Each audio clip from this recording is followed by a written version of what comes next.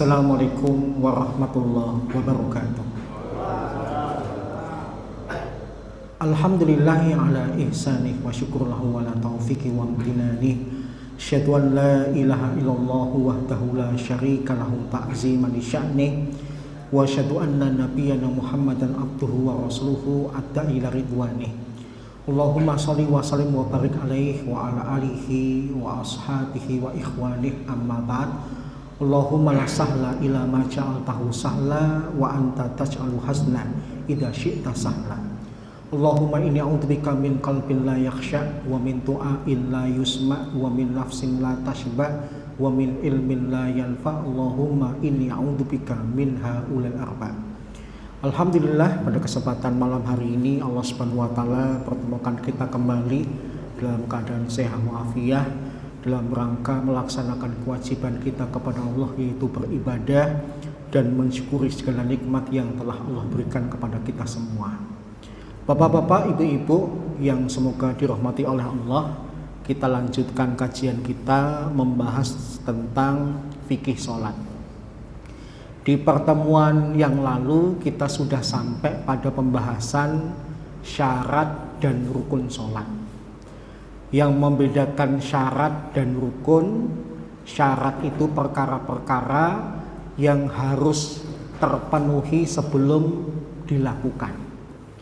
Adapun rukun adalah perkara-perkara yang harus ada ketika dilakukan. Dan berkaitan dengan syarat, para ulama membagi syarat sholat itu menjadi dua. Yang pertama syarat wajib, yang kedua syarat sah.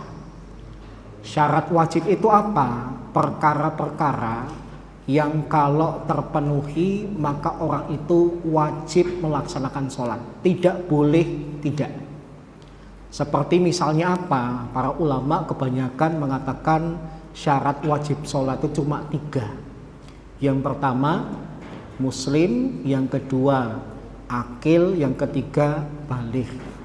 Meskipun ada ulama yang menambahkan 3 lagi, yang keempat adalah suci dari hadas dan najis, yang keempat sehat serta mampu untuk melakukan, dan yang keenam telah sampai dakwah Islam kepadanya. Yang dimaksud dengan telah sampai dakwah Islam kepadanya dijelaskan oleh para ulama, maksudnya ketika ada mu'allaf yang baru saja masuk Islam, dia hakikatnya belum diwajibkan sholat dulu sampai dia belajar dulu. Sehingga pengertiannya dia wajib sholat kalau memang sudah memiliki pengetahuan yang cukup berkaitan dengan sholat.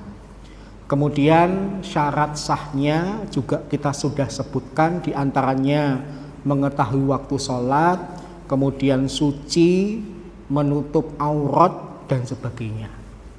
Kemudian terkait dengan rukun, maka karena kita tinggal di wilayah yang mayoritas bermadzhab Syafi'i, kita sebutkan di pertemuan kemarin 13 rukun sholat dalam madhab Syafi'i, yang diawali dengan niat sampai kemudian ada istilah tertibnya. Kenapa? Karena Rasulullah ketika diperhatikan para sahabat, kemudian para ulama menyimpulkan tata cara sholat Rasulullah, tidak pernah ada yang terbalik. Urutannya gitu-gitu saja, urutannya seperti itu. Sehingga khususnya di dalam madhab Syafi'i istilah tertib itu dimasukkan. Sehingga kalau ada orang sholat diawali dengan sujud, diakhiri dengan takbir, itu bukan sholat. Kenapa? Karena tidak tertib atau tidak rukun. Baik. Kemudian kita masuk ke pembahasan berikutnya, yaitu setelah kita membahas syarat sholat, rukun sholat, maka perkara ketiga yang berkaitan dengan sholat yang akan kita bahas adalah sunnah sholat.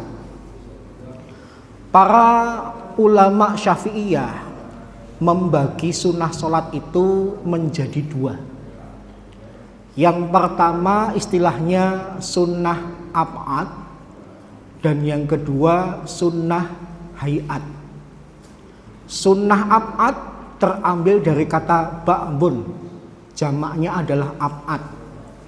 Ba'dun itu artinya apa, Pak? Sebagian atau bagian. Bedanya sunnah ab'ad dengan sunnah hay'ah itu apa? Kalau dalam pandangan mazhab Syafi'i, sunnah ab'ad itu kalau tidak dilakukan maka harus sujud sahwi. Sedangkan sunnah hay'at atau hay'ah kalau tidak dilakukan maka tidak harus melakukan sujud sahwi. Sehingga dalam kitab fikih madhab Syafi'i kita menemukan ada 4 istilah: syarat sholat, rukun sholat, sunnah sholat yang ab'ad, dan sunnah sholat yang hay'at. Kalau 4 perkara ini kita ilustrasikan, syarat sholat itu ibarat manusia. Kalau nggak ada syaratnya seperti manusia tanpa jiwa. Manusia kok nggak ada jiwanya, namanya apa, Pak? Mayat. Kemudian rukun itu ilustrasinya ibarat manusia tapi nggak ada kepalanya. Layak tak untuk dikatakan manusia? Juga nggak layak. Kemudian sunnah ab'ad itu ibarat orang yang mungkin kepalanya ada, nyawanya ada, tapi anggota tubuh yang vital nggak ada. Tangan nggak punya, kaki nggak punya, sehingga terkesan cacat. Dan yang keempat, sunnah hay'at itu ibarat lengkap seluruh anggota tubuhnya.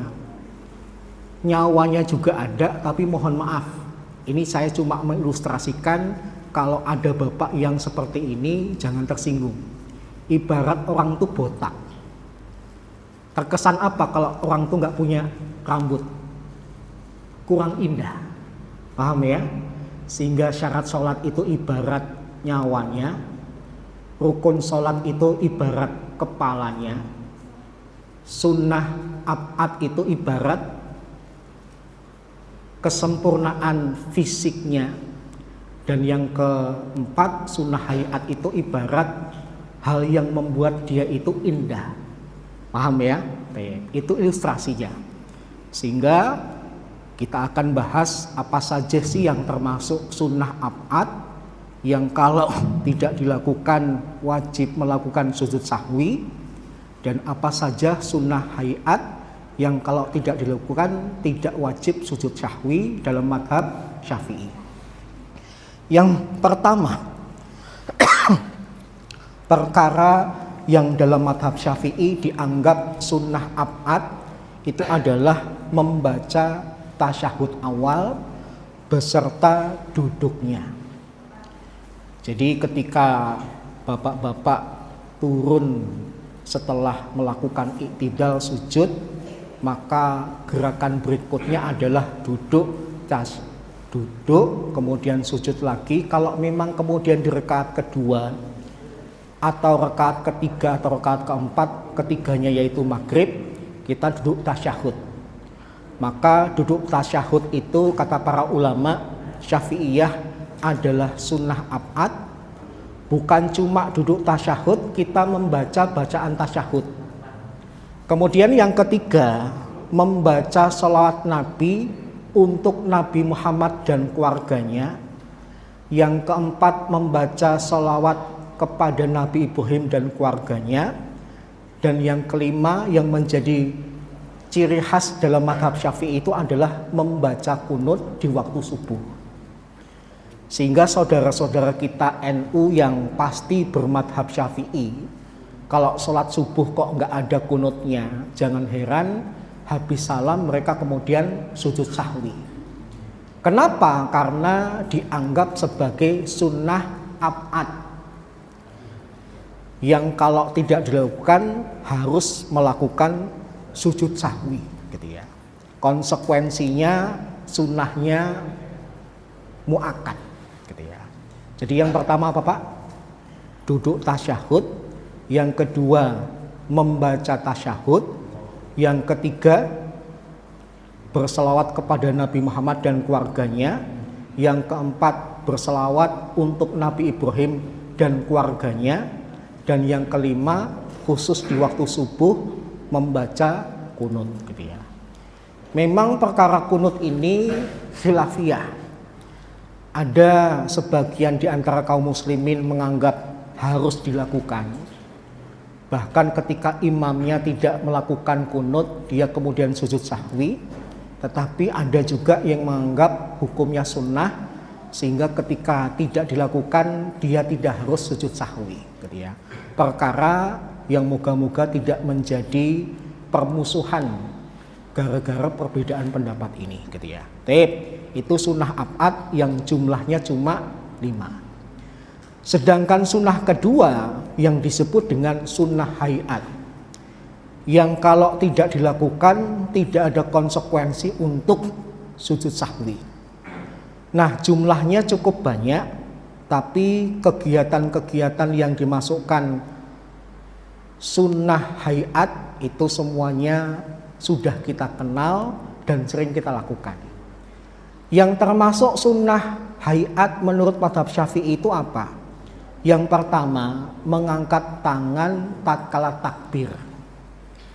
Baik ketika takbiratul ihram, ketika akan ruku', ketika bangkit dari ruku' atau iktidal, dan yang keempat, bangkit dari tasyahud awal untuk menuju rakaat ketiga. Jadi contoh sunnah hayat yang pertama itu adalah mengangkat kedua tangan tatkala takbir. Di kalangan ulama madhab terjadi perbedaan pendapat. Makanya kadang-kadang atau mungkin beberapa bapak ibu pernah melihat ketika umrah atau haji ada saudara kita yang ketika sholat sampai mau rukuk tangannya di sebelah terus. Tangannya tidak diangkat ketika dia bertakbir, ketika dia baca Al-Fatihah dan sebagainya, tangannya lurus. Itu model madhab apa? Madhab Maliki, yang kebanyakan dianut oleh orang-orang atau saudara-saudara kita di Afrika. Tetapi waspada, antara Maliki sama Syiah itu sama-sama tidak mengangkat tangan ketika takbir ya. Kalau Syiah atau Maliki nanti membedakannya di Masjidil Haram bagaimana? Yang pertama, dari penampilan sudah kelihatan mana Syiah mana Maliki. Syiah itu pasti ada pakaian khusus. Bahkan Syiah yang terang-terangan dia pasti akan membawa lempengan dari Karbala, dan bahkan punya keyakinan kalau sujud tidak dengan lempengan tanah Karbala, sholatnya tidak sah. Sehingga dari penampilan pakaian kelihatan, dari segi piranti ketika dia sholat juga kelihatan.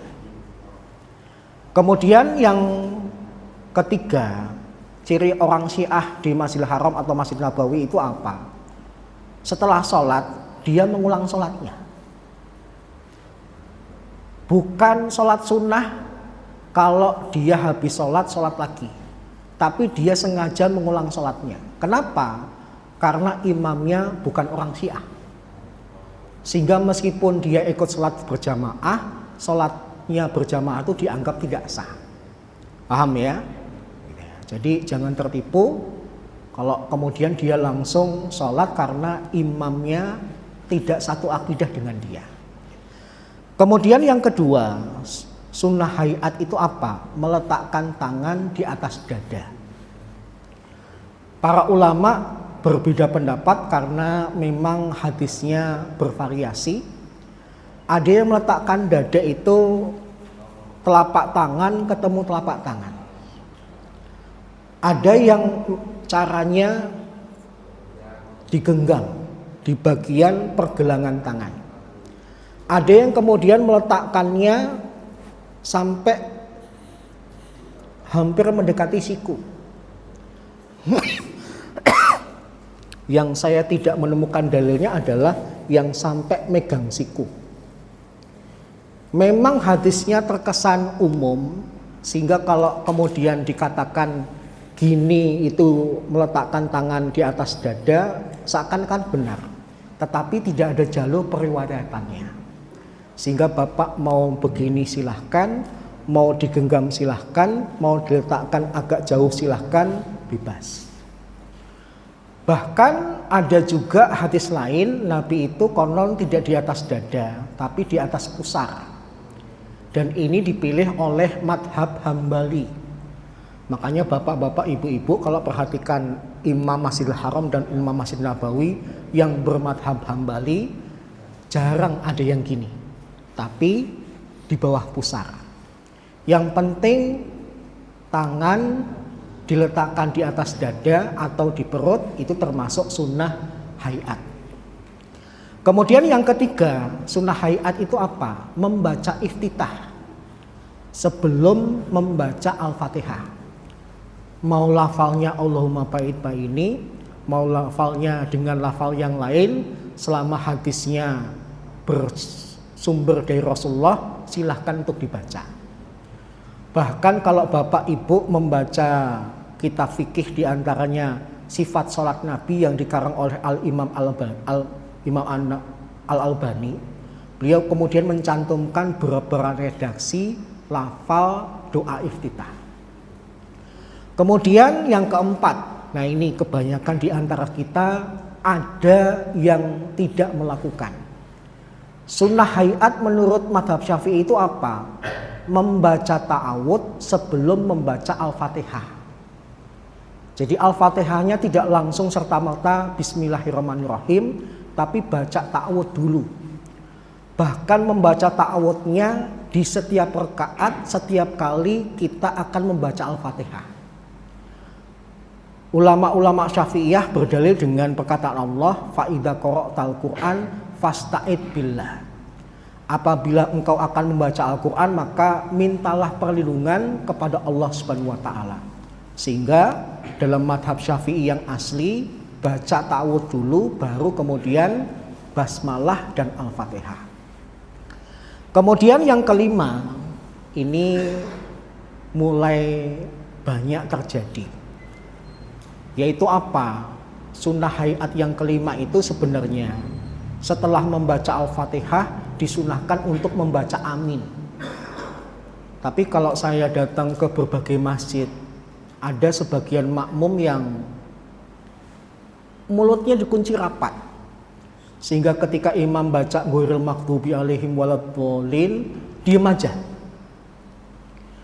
Sebenarnya Rasulullah itu ketika sholat qomat kamit atau tidak qomat kamit? Pak, Nabi itu ketika sholat qomat kamit atau membisu? Yang benar qomat kamit. Kenapa? Yura min tahriki lihyatih. Dalam hadis riwayat At-Tirmidzi itu dikatakan terlihat dari geraknya jenggot Nabi. Jenggot sampai bergerak. Kenapa? Karena bibir bergerak. Kurang kerjaan kalau kemudian cuma paham ya? Pasti ada sesuatu yang menyebabkan Nabi itu jenggotnya bergerak. Ternyata Nabi itu qomat kamit. Jadi beliau itu sholatnya bukan model membisu, tapi modelnya membaca dengan keras atau membaca dengan lirih yang identik gerakan bibir ada. Kemudian yang keenam, sunnah hayat itu adalah membaca surat atau ayat dari Al-Quran setelah membaca suratul Fatihah, gitu ya. Kemudian yang ketujuh, mengeraskan bacaan pada tempatnya dan melirihkan bacaan pada tempatnya. Kapan dibaca jahar? Pada rakaat pertama dan kedua salat maghrib, isya dan subuh, serta salat Jumat dan beberapa salat sunnah tertentu. Dan kapan dilirihkan atau sir? Ketika salat duhur serta asar, serta pada rakaat ketiga dan keempat untuk salat maghrib dan isya. Jadi tahu kapan harus jahar, kapan harus lirih, itu termasuk sunnah hayat. Kemudian yang kedelapan, takbir intikal. Takbir ketika terjadi perpindahan gerakan. Dari berdiri kemudian ke rukuk, dari rukuk ke itidal itu bukan bacaan takbir, dari itidal kemudian ke sujud dan seterusnya. Kemudian yang kesembilan, membaca tasbih saat rukuk dan sujud. Minimalnya ketika rukuk mengucapkan subhana rabbiyal azim. Ada riwayat dibaca cuma 1 kali, tapi lebih banyak Nabi itu membacanya 3 kali. Ketika sujud beliau mengucapkan subhana rabbiyal a'la wa bihamdih, terkadang ada riwayat subhana rabbiyal a'la saja. Pernah dibaca Nabi 1 kali, tapi riwayat lebih mengatakan lebih banyaknya 3 kali. Kemudian yang ke-10, menambah bacaan dalam rukuk dan sujud. Misalnya membaca doa ketika rukuk maupun sujud, subhanakallahumma rabbana wa bihamdika Allahumma firli, dan doa-doa yang lain. Kalau bapak-bapak ketika rukuk itu bacanya apa, Pak? Subhana rabbiyal azim wa bihamdih. Ya. Ada bacaan lain? Ya, variasinya ya. Variasinya bahkan tidak ada perbedaan antara bacaan ketika rukuk dan sujud, ya subhanakallahumma rabbana wa bihamdika Allahumma firli. Ibunda Aisyah mengatakan setelah surat An-Nasr itu turun, maka beliau melazimkan bacaan rukuk dan sujudnya dengan lafal itu. Tetapi para ulama sepakat kalau bapak dan ibu masih menggunakan subhana rabbiyal azim wa bihamdih sah, mengucapkan subhana rabbiyal a'la wa bihamdih juga sah. Kemudian yang selanjutnya, meletakkan paha, meletakkan kedua tangan di atas paha saat duduk. Itu juga termasuk sunnah hayat. Kemudian yang ke-12, tumakninah dalam setiap gerakan. Kemudian yang ke-13, duduk iftirash. Kapan? Ketika duduk di antara 2 sujud dan ketika tasyahud awal. Duduk iftirash itu terjadi khilaf di antara para ulama kalau kaitannya dengan sholat sunnah. Kalau dalam mazhab Syafi'i, sholat subuh yang 2 rakaat tetap duduknya adalah tawarruk. Sholat sunnah yang 2 rakaat pun duduknya tawarruk. Tapi kalau dalam mazhab Hambali, kalau sholat wajib maupun sholat sunnah yang cuma 2 rakaat, maka duduknya iftirash bukan tawarruk. Duduknya seperti duduk di antara 2 sujud, bukan duduk dengan meletakkan bokong nempel di tanah. Jadi khilaf.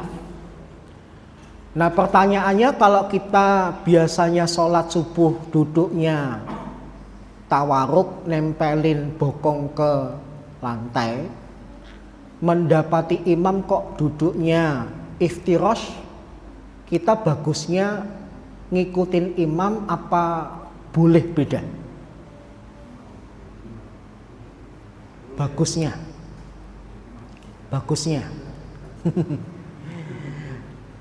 sebagian mengatakan ada hadis yang berbunyi innama ju'ilal imamul yu'tama bih. Imam itu dijadikan untuk diikuti. Maka idealnya kalau imamnya memang duduknya iftirash bukan tawarruk, ya kita ikut-ikutan iftirash bukan tawarruk. Tapi kalau dia kemudian duduknya tawarruk, kita ikut-ikutan tawarruk. Dua-duanya sah dari Nabi ya.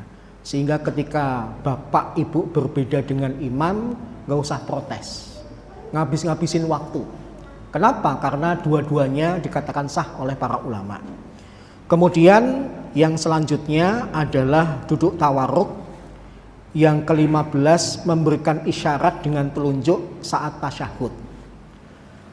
Ketika memberikan isyarat dengan telunjuk saat tasyahud, para ulama berbeda pendapat caranya gimana dan kapan. Ada sebagian ulama yang ngangkatnya sebagai isyarat saja, nggak terlalu lurus. Gini. Ada juga yang lurus, bahkan ada juga yang menggerak-gerakkan. Dulu sebelum saya baca keterangan ulama-ulama fikih, saya kira menggerakkan telunjuk itu pelan-pelan. Tapi ternyata para ulama mengatakan ngangkat telunjuk digerak-gerakkan itu bukan menggerakkan, tapi ngangkat dan menurunkan. Yang dimaksud menggerakkan telunjuk itu kata para ulama kalau kegiatan cepat. Paham ya? Yang disunahkan itu gini cepat, bukan gina-gini. Bahkan kita menemukan praktek di masyarakat, ada yang memahami gerakannya bukan atas bawah, ada yang gini. Kemudian yang kedua, para ulama berbeda pendapat ngangkat telunjuknya kapan. Ada yang menganggap ngangkat telunjuk itu ketika dari awal, dari bapak ibu mulai mengucapkan at-tahiyatul mubarakatuh shalawatut wa thayyibat. Itu udah diangkat. Ada juga dalam kalangan madhab syafi'iyah ngangkatnya ketika bersyahadat asyhadu an la ilaha illallah. Jadi ketika kalimat awal at-tahiyatul mubarakatuh shalawatut wa thayyibat telunjuknya belum diangkat. Tapi ketika sudah masuk dalam syahadat, kemudian diangkat. Bahkan ada yang juga berpendapat diangkat kalau nemu lafal Allah. Kalau lafalnya Allah sudah nggak ada, diturunkan. Jadi at-tahiyatul mubarakatuh shalawatut thayyibatu lillah diangkat. Assalamu alayka ayuhan nabi wa rahmatullahi wa barakatuh. Baru pada lafal Allah diangkat. Sehingga saya menyimpulkan dalam mengangkat telunjuk terjadi banyak variasi pendapat. Silahkan bapak ibu pilih yang mana. Kemudian yang selanjutnya yang ke-16, berselawat kepada Nabi dan keluarganya pada tasyahud awal. Yang ke-17, berdoa sebelum tasyahud, setelah tasyahud akhir sebelum salam. Yang ke-18, salam kedua. Salam kedua dalam madhab syafi'i itu, salam ke kiri, itu dianggap sunat hayat. Sedangkan salam ke kanan atau yang pertama itu dihukumi wajib. Tapi selama ini, kita kalau sholat pernah enggak? Yang wajib saja, yang sunnah enggak. Salamnya cuma ke kanan, ke kiri enggak? Enggak ada gitu ya. Kenapa? Karena kita madhab syafi'i. Kemudian yang ke-19 ada tambahan para ulama menunggu imam selesai salam. Dan yang ke-20 khusyuk dan tadabbur. Umumnya bapak-bapak ibu-ibu bakal menemukan 1-18. Tapi di tulisan salah seorang ulama syafi'iyah di abad modern, saya menemukan ada tambahan poin ke-19 dan ke-20 gitu ya. Tip itu sunnah sholat yang namanya sunnah hayat dan sunnah ab'ad gitu ya. Tip. Kemudian yang selanjutnya yang ingin saya sampaikan adalah tentang pembatal-pembatal sholat. Memang bukan bagian dari sholat, tetapi kalau hal-hal ini terjadi berdasarkan petunjuk Nabi yang kemudian dijelaskan oleh para ulama, maka sholat bapak dan ibu menjadi batal. Pembatal sholat itu apa saja? Yang pertama, munculnya perkataan di luar bacaan sholat. Misalnya apa? Misalnya bapak ibu jawab salam, lagi sholat, kemudian ada tamu, assalamualaikum. Bapak kemudian refleks, waalaikumsalam. Batal enggak? Batal. Kenapa? Sholat itu komunikasi antara kita dengan Allah, sedangkan menjawab salam tadi adalah interaksi sesama manusia. Sehingga meskipun menjawab salam itu hukumnya apa Pak? wajib, tetapi kewajiban itu disadari dulu kapan melaksanakannya. Nabi ketika sholat ada nggak yang pernah mengucapkan salam? Pernah. Nabi itu menghadap di arah yang membelakangi orang. Orang itu nggak tahu kalau Nabi sedang sholat, kemudian mengucapin salam kepada Nabi. Maka Nabi menghindari perkataan di luar sholat. Beliau kemudian dalam sebuah riwayat ngangkat tangan sebagai simbol membalas jawaban salam. Dalam riwayat yang lain beliau kemudian nganggukin kepala. Paham ya? Sehingga kalau terpaksanya bapak ibu jawab salam sedangkan bapak ibu lagi sholat, bisa digantikan dengan ngangkat tangan atau menganggukkan kepala. Kemudian yang diantara contoh munculnya perkataan di luar bacaan sholat itu apalagi? Mengucapin salawat. Misalnya imamnya membaca ayat yang ada nama Nabi Muhammad disebut, Muhammadur Rasulullah walladzina ma'ahu asyidda'u 'alal kufar ruhama'u bainahum. Kita itu kalau sudah terbiasa berselawat, dengar Nabi Muhammad, bacaannya, bawaannya pengen ngucapin apa? Sallallahu alaihi wasallam. Ketika imamnya baca ayat yang ada lafalnya Nabi Muhammad, tiba-tiba kita refleks sallallahu alaihi wasallam, maka itu pun menjadi pembatal salat. Kenapa tidak diperbolehkan salawat ketika salat kecuali nanti ketika tasyahud? Kemudian contoh lain apa? Tasmid, mendoakan orang yang mengucapkan hamdalah ketika bersin. Dulu pernah kita bahas, di zaman Nabi itu salah seorang sahabat yang bernama Muawiyah bin Hakam itu pernah mendengar seorang sahabat bersin, kemudian dia ngucapin alhamdulillah. Etikanya kalau ada orang bersin ngucapin alhamdulillah, kita ngucapin apa? Yarhamukallah, gitu ya. Maka itu namanya tasmid. Kemudian ketika dia ngucapin yarhamukallah, para sahabat melototin dia, menunjukkan perbuatannya salah. Kemudian dia tidak tenang dalam sholat. Kemudian setelah sholat dipanggil oleh Nabi. Nabi kemudian memberikan nasihat, inna hadhi sholah la yasluhu fiha syai'un min kalamin nas, innama hiya litasbih wa takbir wa qiraatil Quran. Sholat ini tidak layak ada perkataan di antara manusia. Sholat itu untuk tasbih, takbir dan membaca Al-Quran. Kemudian contoh perkataan di luar bacaan sholat itu apa? Tasdik. Tasdik itu apa? Bapak ibu kalau selesai membaca Al-Quran, lafalnya apa? Shadaqallahul azim, gitu ya. Itu namanya tasdik. Imamnya sudah baca surat, kemudian bapak ibu refleks Shadaqallahul azim. Maka meskipun itu baik, tapi dianggap para ulama membatalkan sholat. Kenapa? Bukan bacaan sholat. Bahkan contoh berikutnya adalah bapak ibu berdehem padahal tenggorokan nggak terjadi apa-apa. Saya pernah ngalamin Pak di Masjid At-Taqwa Pasar Kembang. Maghrib itu aneh. Ketika ada seorang bapak agak tua jadi imam, saya kok terganggu dengan beberapa jamaah yang rambutnya gondrong-gondrong. Dari beliau baca Al-Fatihah sampai surat itu berdehem terus. Karena saya nggak khusyuk gara-gara mereka berdehem, setelah sholat saya tanya teman saya yang merupakan orang asli situ. Itu tadi orang-orang berdehem apa lagi batuk bareng, lagi sakit bareng.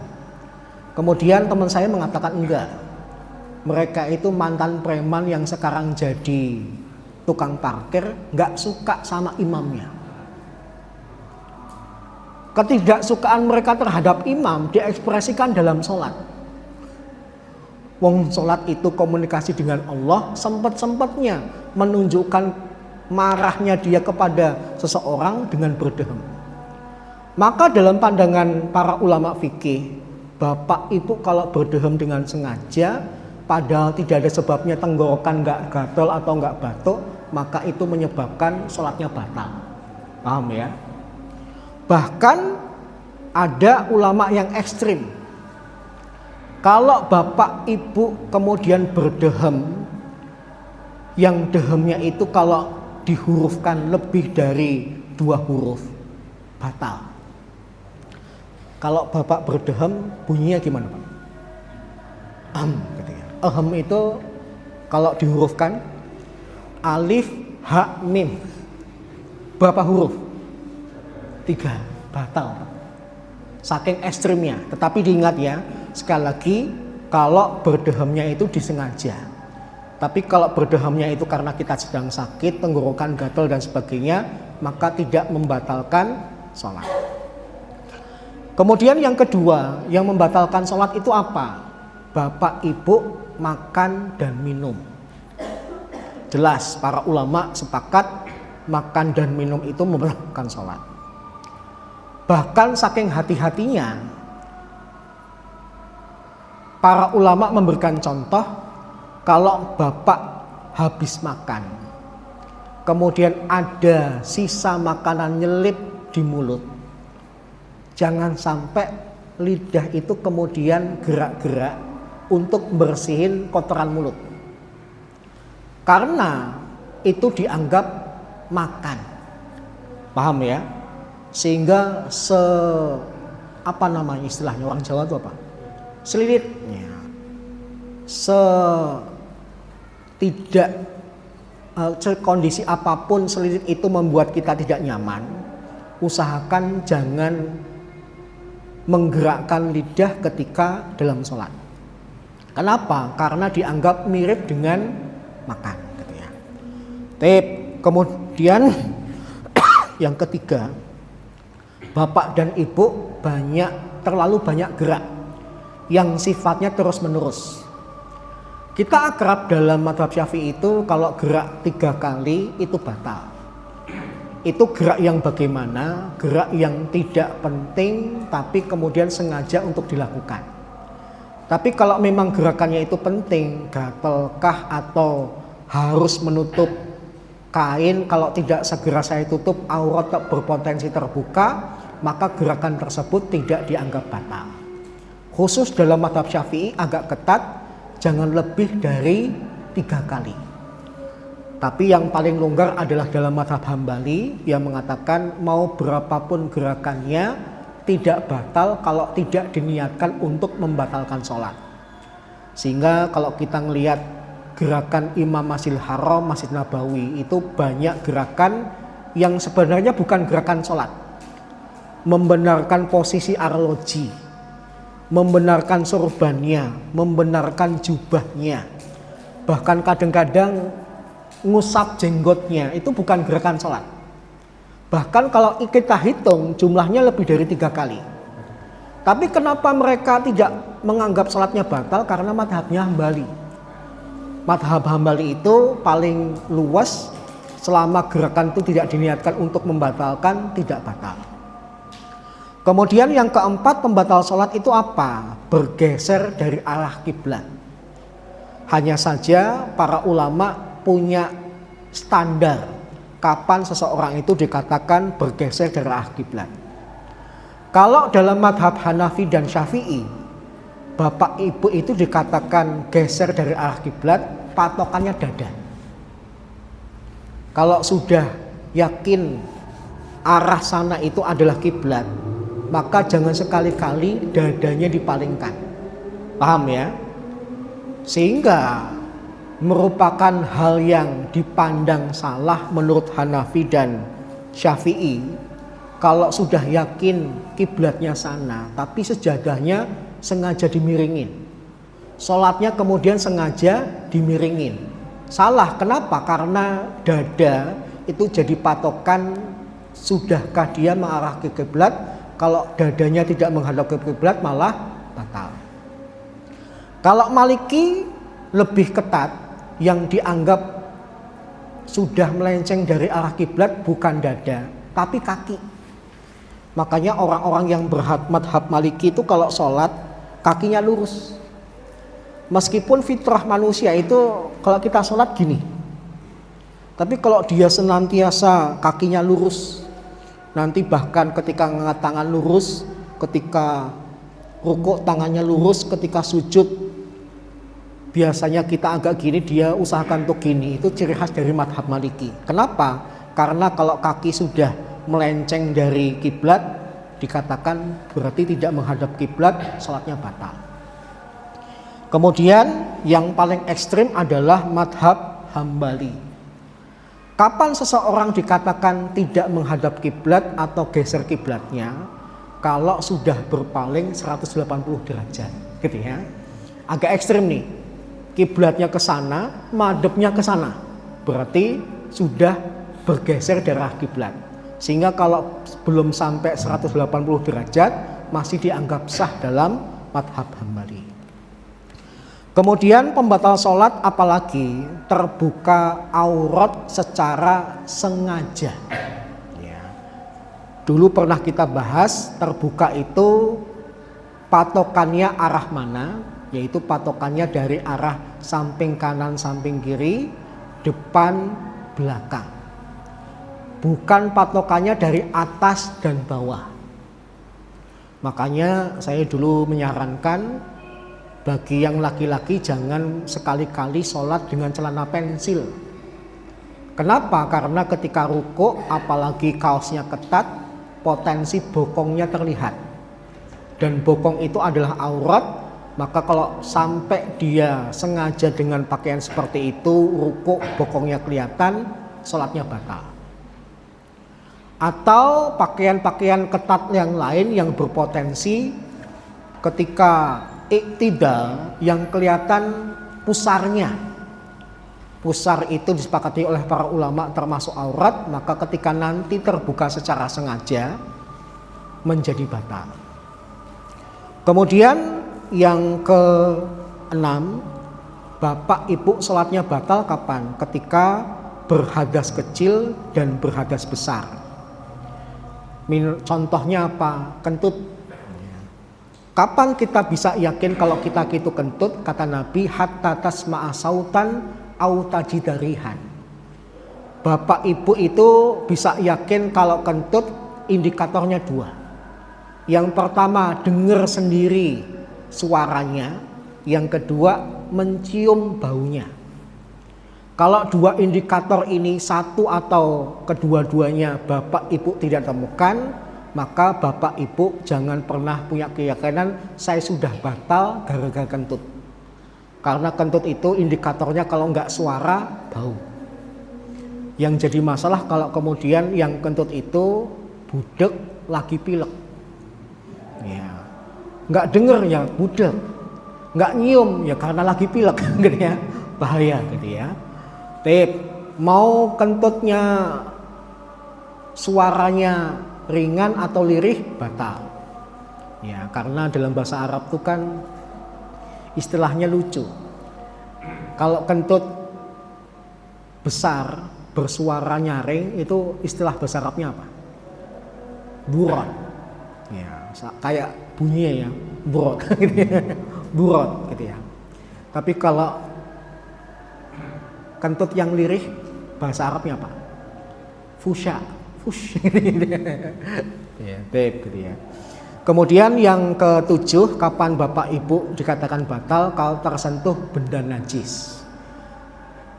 Yang najisnya fresh, yang najisnya terlihat. Tapi kalau mantan benda najis, bapak ibu sholatnya tidak batal, sholatnya tetap sah. Mantan benda najis contohnya apa? Contohnya adalah kotoran cicak yang sudah mengering. Ketika bapak ibu sholat di beberapa masjid, kadang-kadang kan bagian pojok ada kotoran cicaknya. Kalau kemudian tersentuh tatkala kita sujud dan dia sudah kering, maka itu mantan najis. Tapi kalau masih basah, fresh dan berair gitu ya, tanpa khilaf, itu adalah najis, bapak ibu sholatnya batal. Kemudian yang selanjutnya, pembatal sholat itu apa? Tertawa. Ya.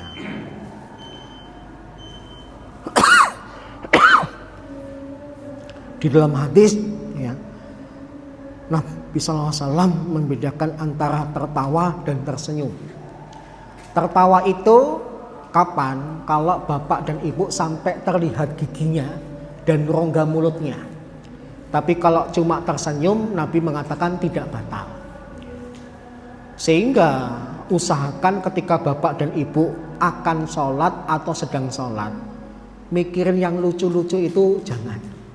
Kenapa? Khawatirnya nanti tertawa, nanti berpotensi untuk membatalkan sholat kita. Kemudian selanjutnya saya bacakan secara cepat, yaitu kapan sholat kita batal kalau bapak dan ibu murtad. Aneh sekilas, orang sholat kok murtad? Ya bisa saja. Ketika sholat kemudian meragukan, ini saya nyembah siapa sih? Allah nggak kelihatan kok saya sembah. Saat itu dia kemudian murtad, maka sholatnya tidak sah. Maka kalau dia ingin sholat lagi, dia harus bersyahadat lagi, wudhu lagi, kemudian sholat lagi. Kemudian sebagian ulama ada yang mengatakan hilang akal. Hilang akal misalnya ketika epilepsinya kambuh, airnya kambuh, itu dikatakan sholatnya batal. Kemudian pembatal sholat berikutnya adalah ketika bapak dan ibu mendahului gerakan imam. Tetapi para ulama menjelaskan kalau sampai mendahului 2 rukun. Tapi kalau tidak sampai 2 rukun, cuma 1 rukun saja, sholat bapak dan ibu tetap sah. Meskipun dikatakan tetap sah, tapi kurang bagus kalau bapak dan ibu mendahului gerakan imam. Apalagi kita harus tahu karakter imamnya bagaimana. Kalau dia sudah sepuh, mungkin untuk pindah ke gerakan berikutnya itu agak lama, jangan buru-buru untuk dilakukan. Makanya dulu standar gerakan kita itu siapa? Masih ingat? Kalau kita sholat berjamaah, patokan gerakan kita ngikutin imam itu siapa? Orang yang di belakang imam. Kalau dia belum bergerak, jangan gerak dulu. Kalau bapak ibu tidak berkesempatan untuk melihat imamnya. Kayak saya tadi berada di sebelah kanan, kemungkinan nggak bisa ngelihat Mas Duta sudah bergerak atau belum. Atau kalau saya paksakan malah sholat saya ngelirik gitu ya, nggak khusyuk, maka patokan saya adalah sebelah saya, patokannya sebelah lagi sampai kemudian orang di belakang imam.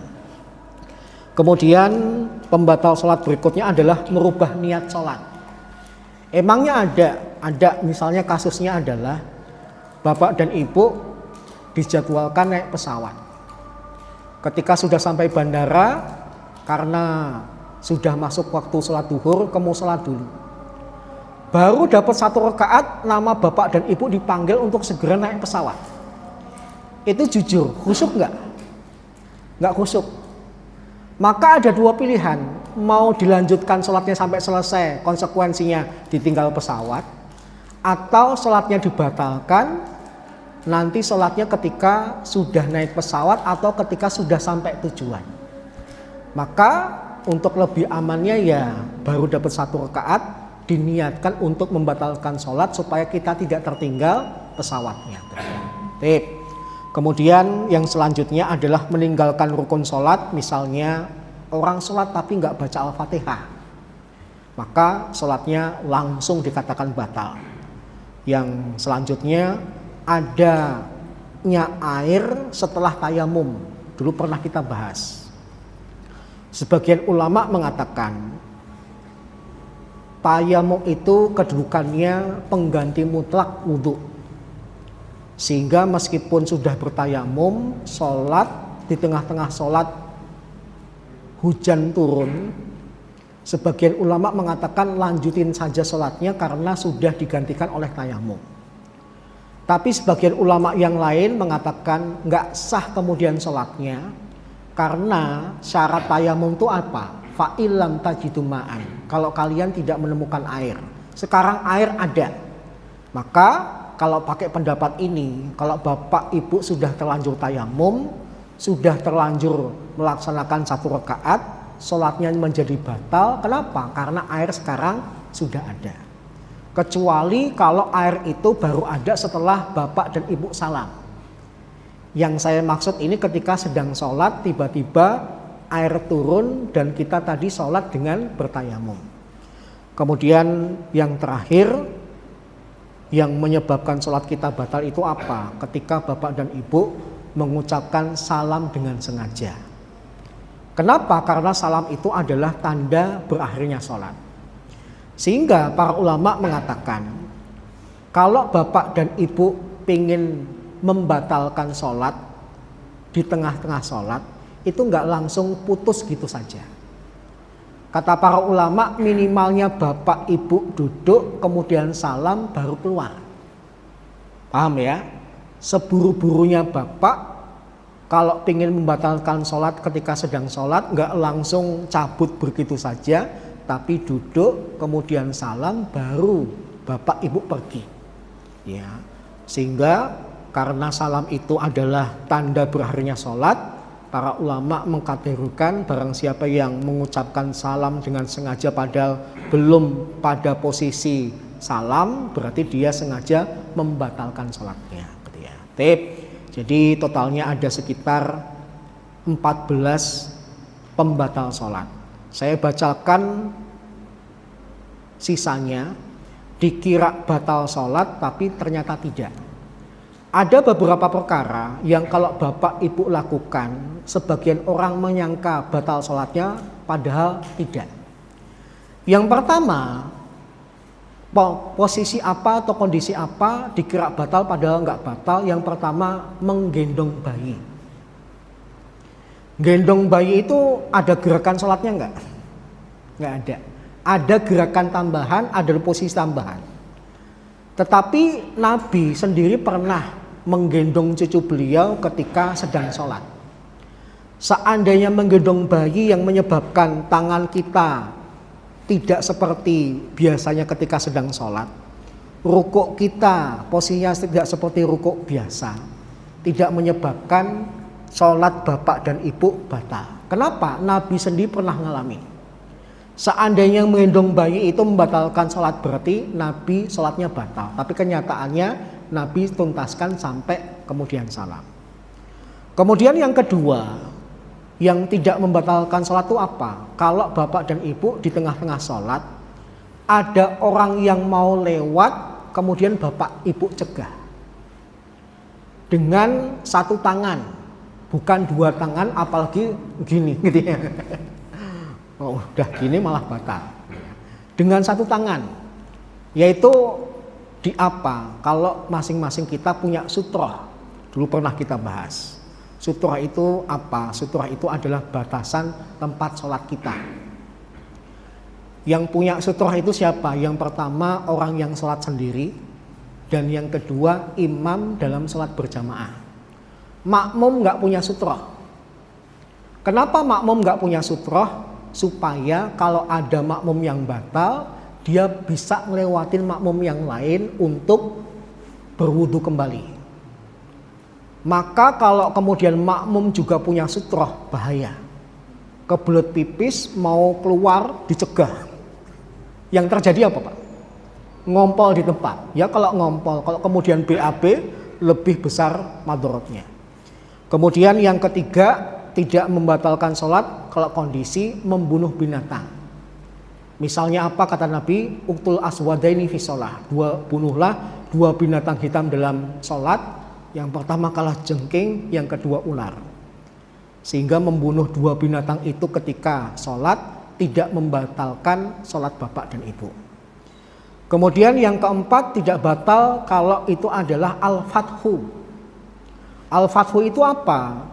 Al-fathu itu adalah membenarkan bacaan imam ketika imam terjadi kesalahan. Misalnya Mas Duta ketika ngimamin ayat yang dibaca salah, maka makmum di belakangnya berusaha membenarkan, ya, dengan al-fathu membuka, maksudnya membuka memorinya kembali. Yang benar itu gini, bukan gitu. Maka ketika ada makmum yang membenarkan bacaan imam dalam rakaat al-fathu, tidak batal. Yang kelima tadi kita bahas menjawab salam dengan isyarat. Ada orang ngacapin salam ketika kita sholat, maka dijawab saja dengan isyarat.